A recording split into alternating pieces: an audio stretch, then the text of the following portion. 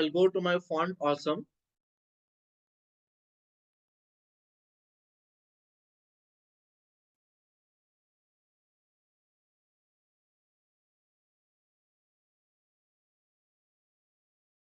I'm going to copy this here in my navbar. I'm going to paste it here.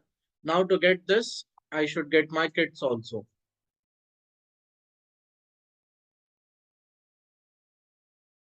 I'm going to copy this. I'm going to paste that here. We got this here. I should be able to say home, about, gallery, contact us only after I enter my small screen. Before that, I should only see this hamburger icon. So now how do I implement this?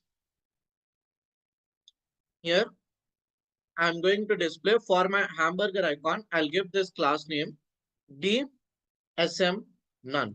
But when I'm in my small screen, I should not be able to see this home, about us, gallery, contact us. So in this case, what I'll do, I'll put all of this inside a div. I'm going to put them inside a div here, inside one div. And to this, I'll give a class name dnone, which means that initially we'll not be able to see it. But as soon as we enter the small screen, I'm going to make this block, which means that initially we will not be able to see it. But as soon as we enter the small screen, I'm going to see this. Okay, now look at this here. Now, did you see when I'm in my small screen, I'm not able to see that home, about, all that, right? But as soon as I enter my large screen, did you guys see?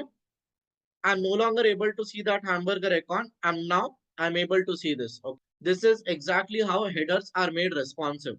Or you can change the settings also. Here you can make as soon as we enter the medium screen, only then we should be able to see this.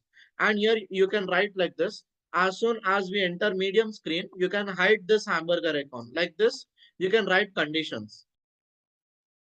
Okay, here I'm going to write D block. Okay. But as soon as we enter medium screen, we should not be able to see that hamburger icon. See, now I'm able to see this till medium screen. I'm seeing this, but as soon as we enter medium screen, hiding this hamburger icon here, and then I'm showing this.